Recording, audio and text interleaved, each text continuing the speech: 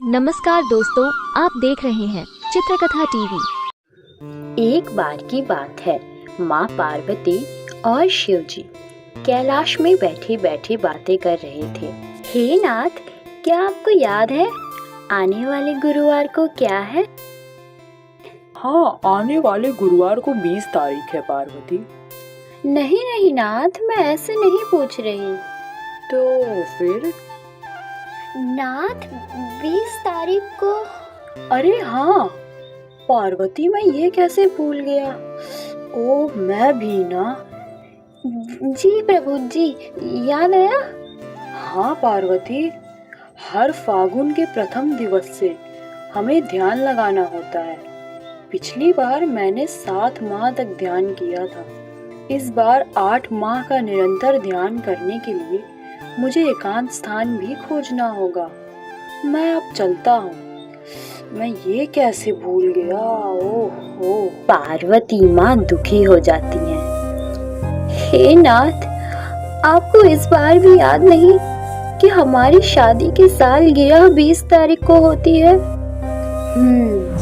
कोई बात नहीं, इस बार मैं भी आपको याद नहीं दिलाऊंगी कि आप कितनी महत्वपूर्ण चीज को भूले जा रहे हैं। और फिर शाम में,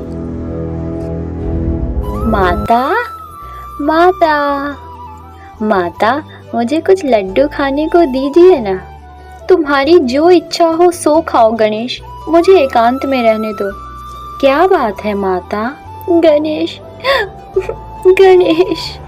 हाँ माता, समझा। आप इसीलिए विचलित है ना, क्योंकि आपकी और पिताजी की शादी की सालगिरह आ रही है और हर बार की तरह इस बार भी आपको समझ नहीं आ रहा कि पिताजी को क्या भेंट दूं। गणेश तुम्हें याद है? जी माता। ओ हाँ, समझा। पिताजी इस बार भी भूल बैठे हैं, है ना? हाँ पुत्र, और तो और तुम्हारे पिताश्री इस बार भी 8 माह तक ध्यान लगाने के लिए एकांतवास में जाने वाले हैं। माता, कोई बात नहीं, मैं उन्हें याद दिला दूंगा। नहीं गणेश, इस बार नहीं। आखिर मैं भी तो देखूं नाथ के जीवन में मेरा क्या महत्व है। इस बार मैं देखूंगी कि उनके मन में मेरे लिए कितना प्रेम है और कितना नहीं। वचन दो गणेश, वचन दो कि तुम उन्हें याद नहीं दिलाओगे। जी माता, मैं वचन देता हूँ। और फिर अगले दिन, हे देवी पार्वती, सुनिए। आपको पता है, मेरा वो भक्त काशी, वो आज अपना बरसों पुराना वचन पूरा कर रहा है। कैसा वचन नाथ?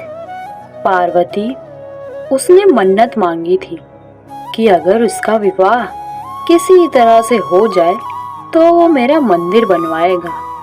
अब क्योंकि उसका विवाह होने जा रहा है, तो उसने मेरे चरणों में कार्ड समर्पित कर सपरिवार आने का निमंत्रण दिया है। मैं तो अपने भक्तों को बहुत प्रेम करता हूँ, इसीलिए मैं तो जरूर जाने वाला हूँ। तुम चलोगी? हाँ, बस दूसरों की ही शादी ब्याह में सम्मिलित होते रहिएगा नाथ, अपनी शादी का दिन याद मत रखिएगा। पार्वती, तुमने जवाब नहीं दिया।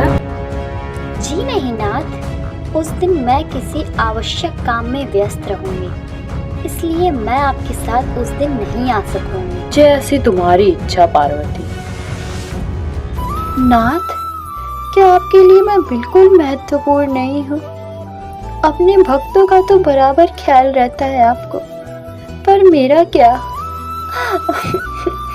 और फिर सालगिरह आने से एक दिन पहले तक माता पार्वती दुखी रहने लगती हैं।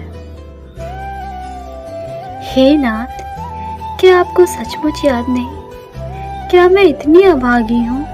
पार्वती, तुम किस बारे में सोच सोच कर इतना व्यथित हो? कुछ भी तो नहीं नाथ, कुछ भी नहीं। और एक बार फिर माता पार्वती शिव जी को सालगिरह वाला दिन याद नहीं दिलाती और फिर सालगिरह वाला दिन।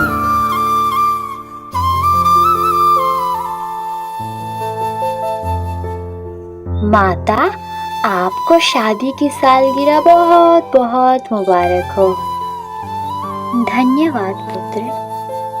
तो क्या पिताश्री को अभी तक याद नहीं आया? पुत्र, आज से 8 माह तक तुम्हारे पिताजी का ध्यान लगाने का समय प्रारंभ होता है। अब वो किसी एकांत स्थान पे चले गए होंगे। पिताश्री चले गए? हाँ पुत्र, मैंने उन्हें सुबह से नहीं देखा। मैंने भी नहीं देखा माता। और फिर उस पूरे दिन पार्वती माता की मुलाकात शिव जी से नहीं होती। और फिर शाम को पार्वती माँ शीशे के सामने बैठे बैठे तैयार हो रही होती हैं।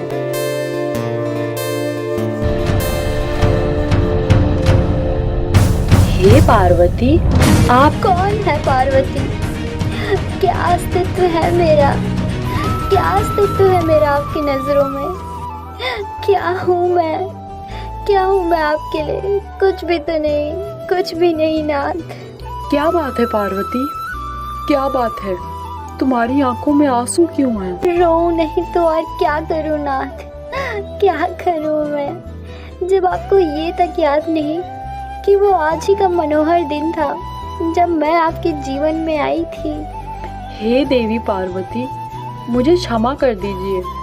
मुझे क्षमा कर दीजिए कि मैंने आपकी आंखों में आंसू लाए, मैंने आपका हृदय दुखाया। और शिव जी पार्वती माता को लेकर जाने लगते हैं। मेरी पार्वती, जरा नजरें उठाओ। और तभी माता पार्वती देखती हैं कि पूरा कैलाश जगमगा रहा है। साज सजावट देवी देवताओं से भरा पड़ा है। सामने केक रखा है और गणेश जी भी वहीं खड़े हैं। माँ अब रोती ही रहोगी या यहाँ भी आओगी? जल्दी आओ, मुझसे अब इंतजार नहीं हो रहा। जिसके बाद पार्वती माँ और भोलेनाथ अपनी सालगिरह को बहुत अच्छी तरीके से मनाते हैं। और उसके बाद भोलेनाथ पार्वती माता को उपहार देते हैं। पार्वती, ये 7 प्राचीन समुद्रों के तट से इकट्ठे किए हुए अमूल्य पत्थरों की एक पायल है, जिसे मैंने स्वयं अपने हाथों से पिरोया है। कृपया इस भेंट को स्वीकार करो पार्वती। हे नाथ, इसे मैं स्वयं तुम्हें पहनाऊंगा।